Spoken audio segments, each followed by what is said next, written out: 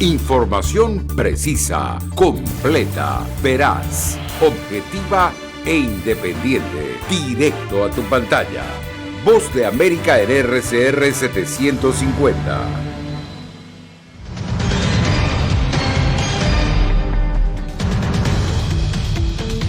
Estados Unidos y Rusia debaten cara a cara la guerra en Ucrania por primera vez desde el inicio de la invasión. Corte de Apelaciones permite reanudar la investigación sobre documentos confiscados al expresidente Donald Trump. Además, se agudizan las protestas en Irán. Mujeres queman sus velos y cortan sus cabellos en repudio por la muerte a una mujer en custodia policial. Y en Nicaragua, Daniel Ortega bloquea la señal de CNN en español.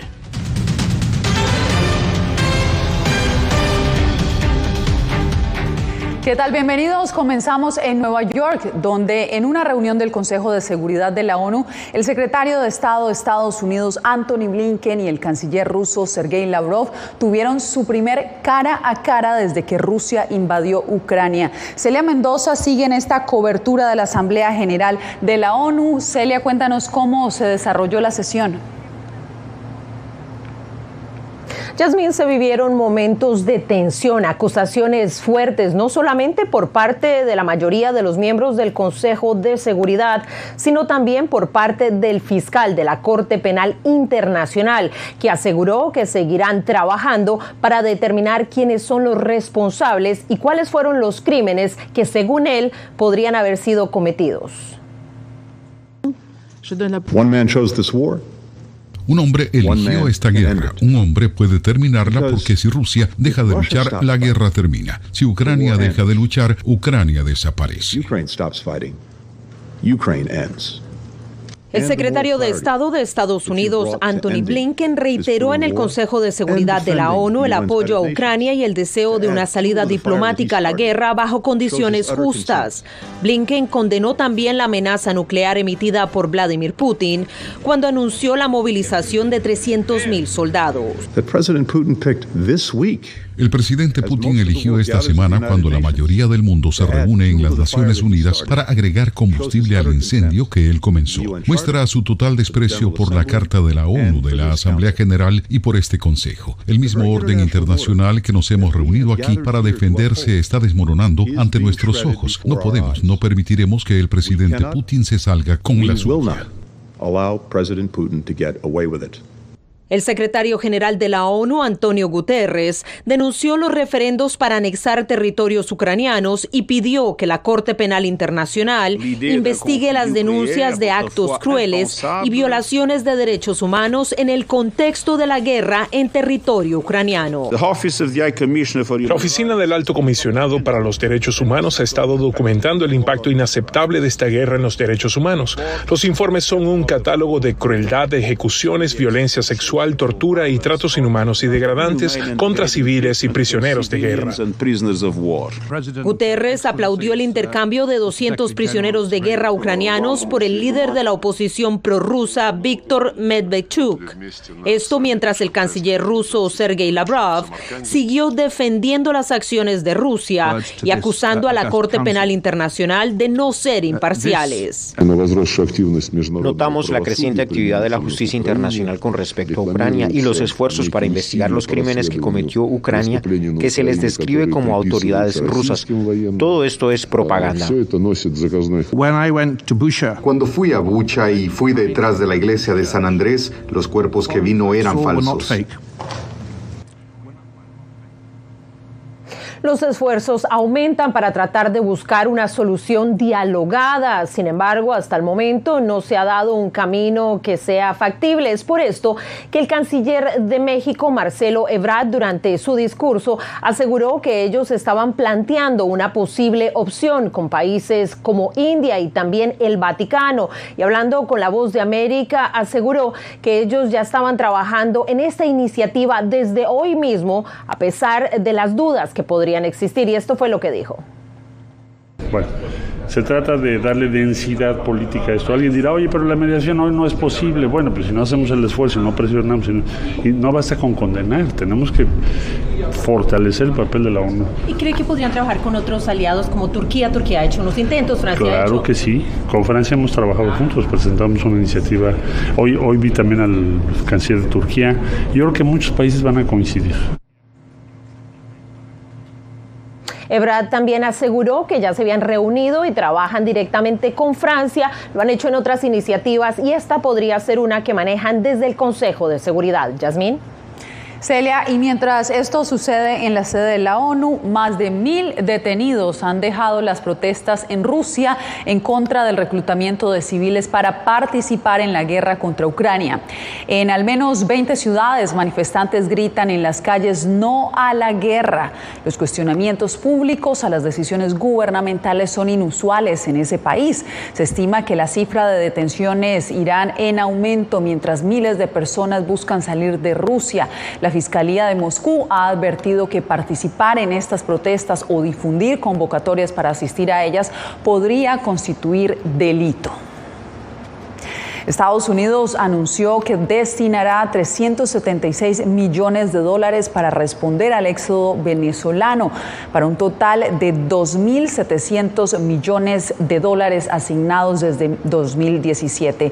La Voz de América entrevistó a una portavoz del Departamento de Estado para entender el alcance de esta ayuda.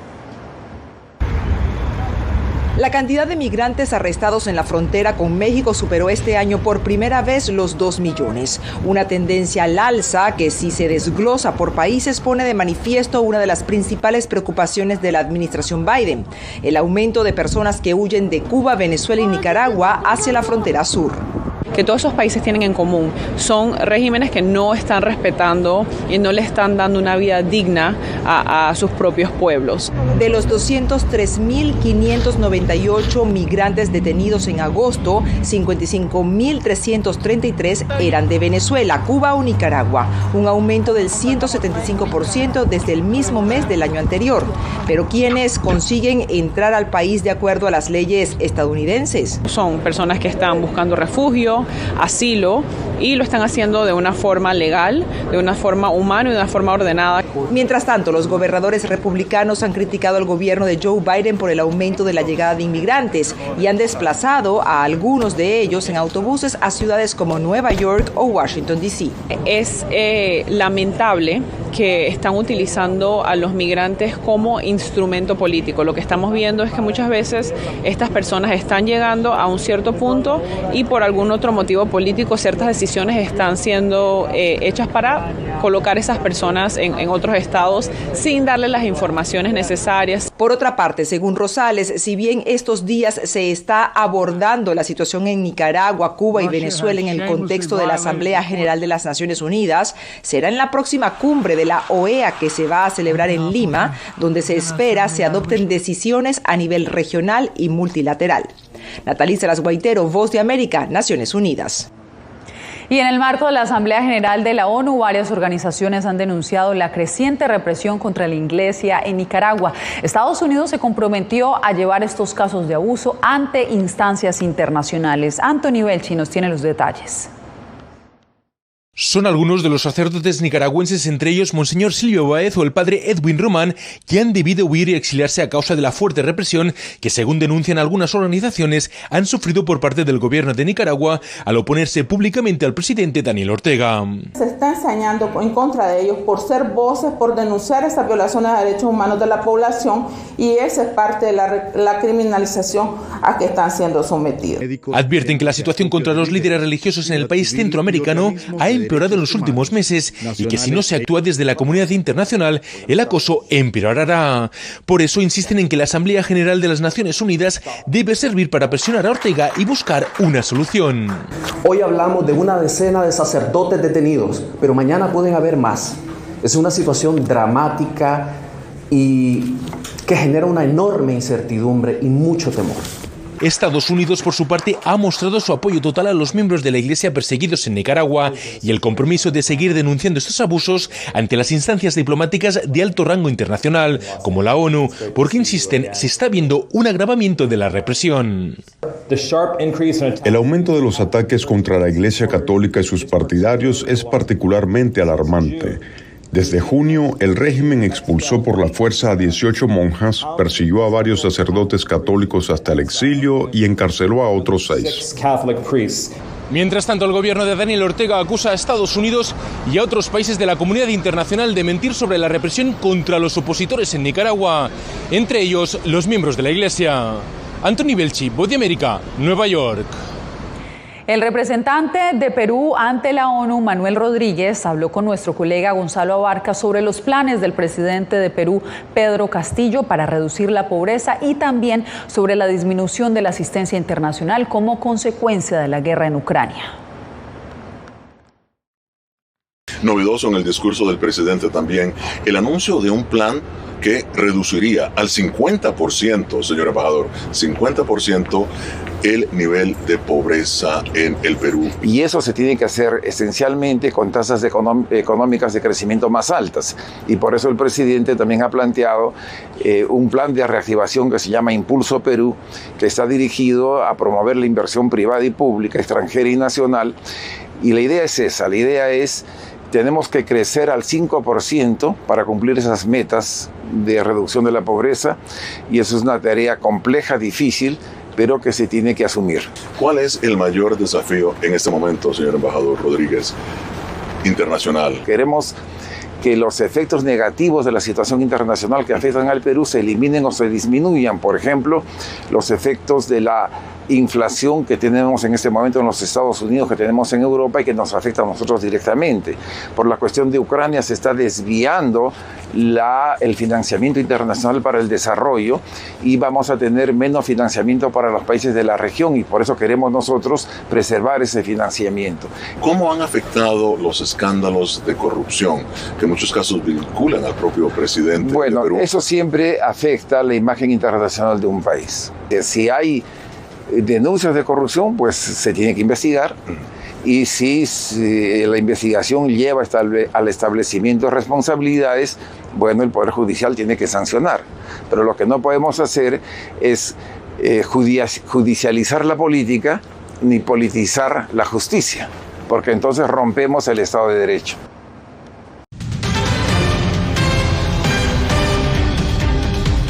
Un tribunal federal de apelaciones autorizó al Departamento de Justicia reanudar la revisión de documentos confidenciales que le fueron incautados al expresidente Donald Trump, revocando así una orden previa que limitaba la pesquisa. Precisamente me acompaña hoy en estudio mi compañero Jacopo Luzzi. Jacopo, cuéntanos qué significa esta decisión.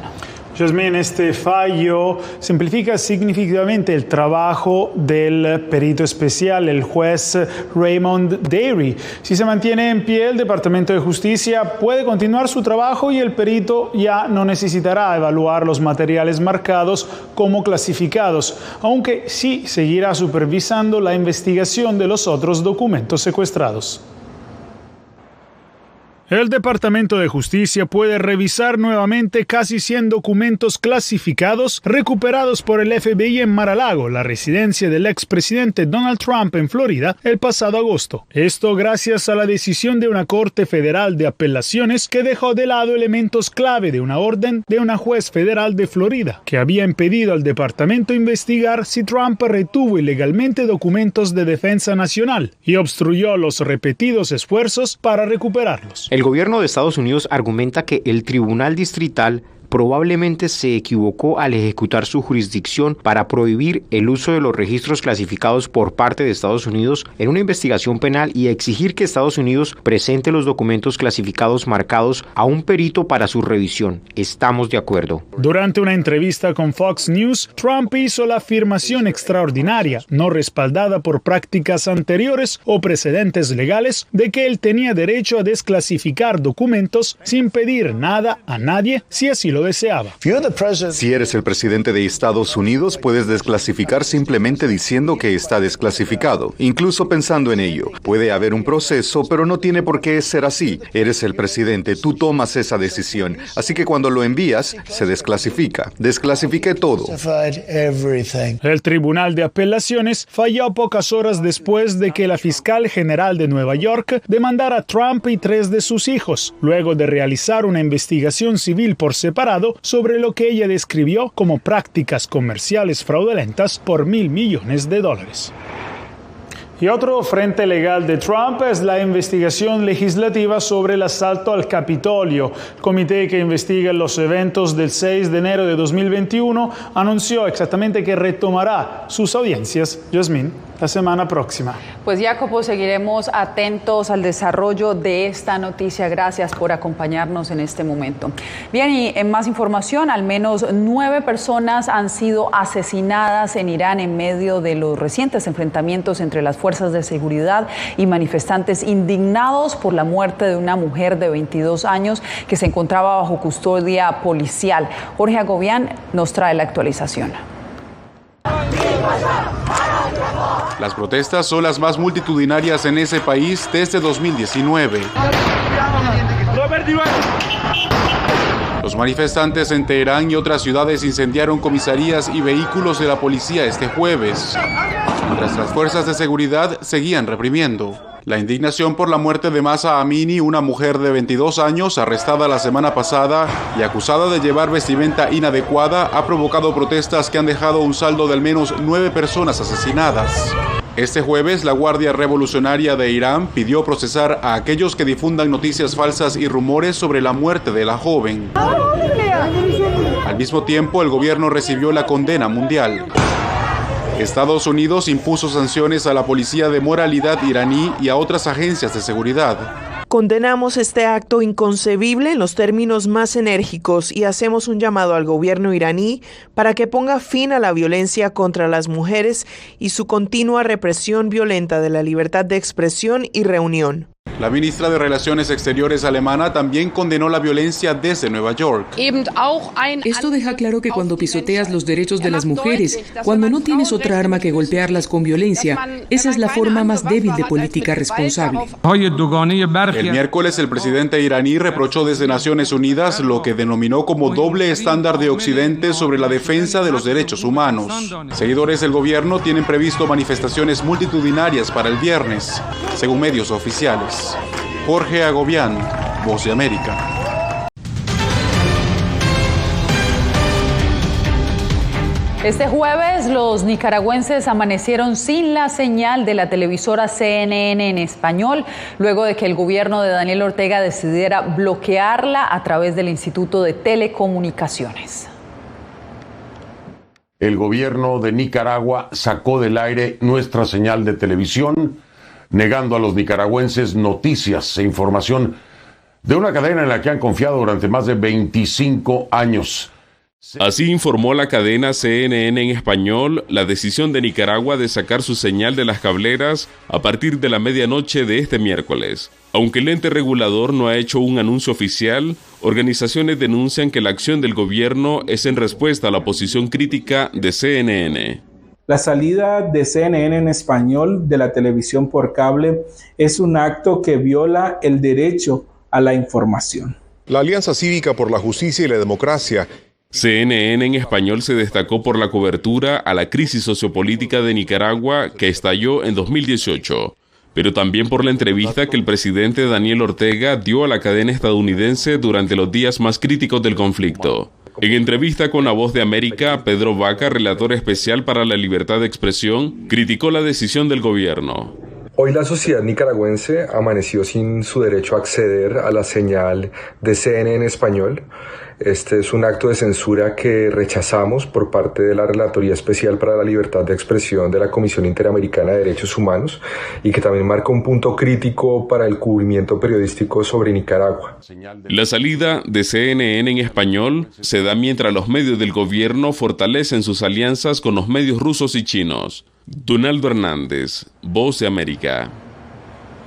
Un terremoto de magnitud 6.8 golpeó el oeste de México la madrugada de este jueves. Al menos una persona ha muerto, reportan las autoridades. Se trataría de una residente de Ciudad de México que al parecer se golpeó la cabeza al caer sobre unas escaleras al evacuar su vivienda durante el segundo gran temblor en este país esta semana. Otro hombre sufrió un infarto fatal luego del sismo. El epicentro se registró en el estado de Michoacán, no lejos del centro del temblor de este lunes 19 de septiembre. Y más noticias, el 26 de septiembre Venezuela y Colombia reabrirán la frontera terrestre y también volverán los vuelos comerciales entre Bogotá y Caracas tras una suspensión de 5 años. Reportan 6.5, ya salió la información de Claudia Sheinbaum de que no hay en la ciudad daños. Se están comunicando ahora conmigo.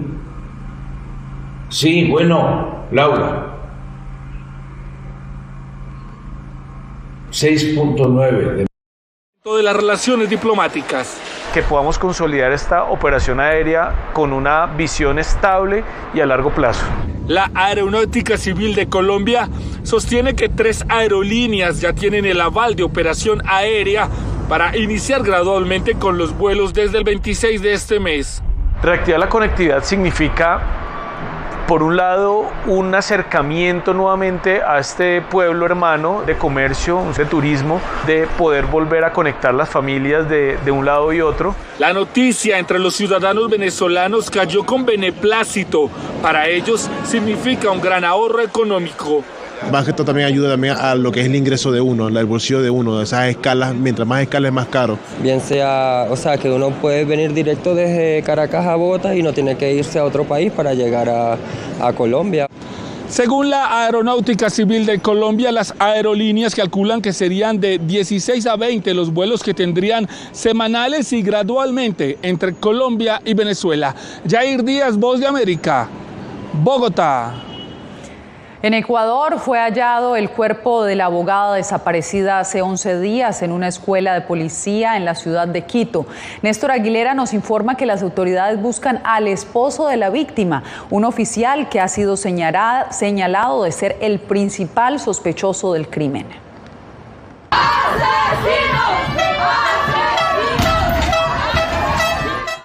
Es el grito de decenas de mujeres que llegaron hasta la Comandancia General de Policía en Quito en búsqueda de respuestas tras la localización de los restos de la abogada María Belén Bernal, desaparecida el pasado 11 de septiembre luego de ingresar a una escuela de formación de oficiales. No nos ponen a las mujeres como prioridad en las políticas públicas, el hartazgo se verá en las calles.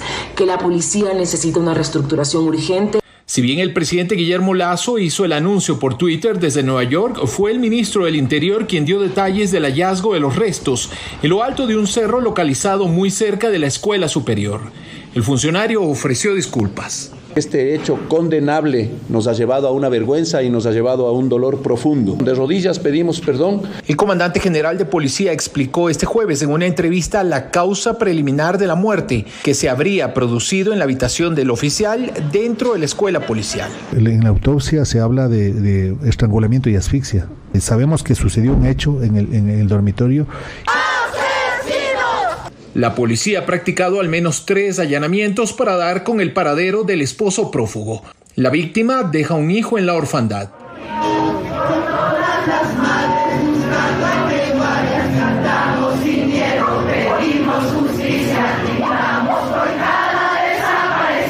Néstor Aguilera, Voz de América, Quito.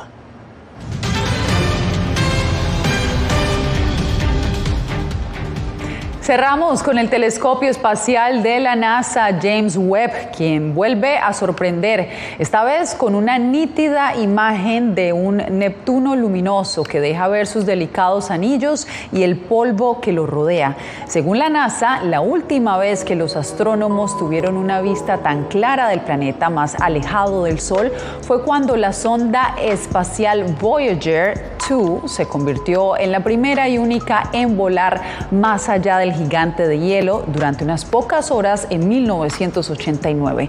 Webb también envió 7 de las 14 lunas conocidas de Neptuno. Con esto nos despedimos por hoy. Les agradecemos por dejarnos entrar a sus hogares y por informarse en El Mundo al Día. Les informó Yasmín López. Radio Caracas Radio presentó Voz de América.